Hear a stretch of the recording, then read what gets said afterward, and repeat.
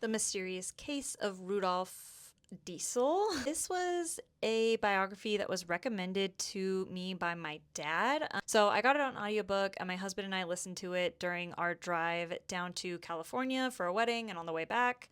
And it was a good listen for us. Pretty much binged it over the course of a couple days because we had this big old long drive that we were doing.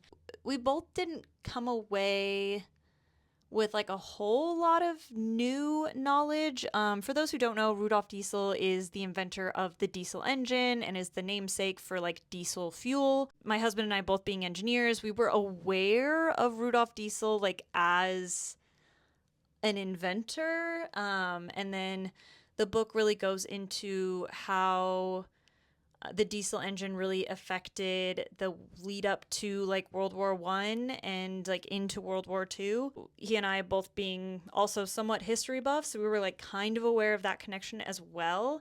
But I guess this just was more of a good way to kind of bring it all together and kind of put it to the forefront.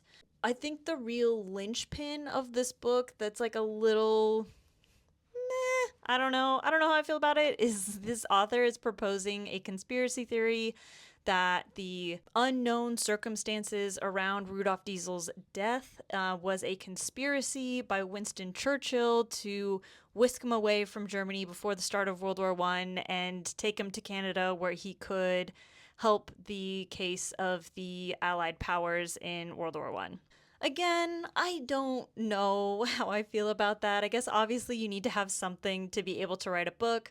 What I more got from this book and thought was really intriguing was like just what I said, like how Rudolf Diesel came up as like this almost peasant in Bavaria, like before Germany even unified, how he came up through like these crazy circumstances to create this great new technology, way more efficient than the previous engines that existed. And then also connecting how technology influenced the change in warfare from like pre-World War One Europe through World War One into World War Two. So I found all of that a lot more interesting. And then another fact that I learned that is consistently blowing my mind since I learned it is Rudolf Diesel was good friends with the American beer maker Busch, like the co-founder of Anheuser-Busch. I think Adolphus was his name. Adolphus Busch was one of 22 children from the same woman. One woman had 22 kids, and one of them grew up to be Adolphus Busch and found a great American beer family. But that is the biggest takeaway I have from this book. So let that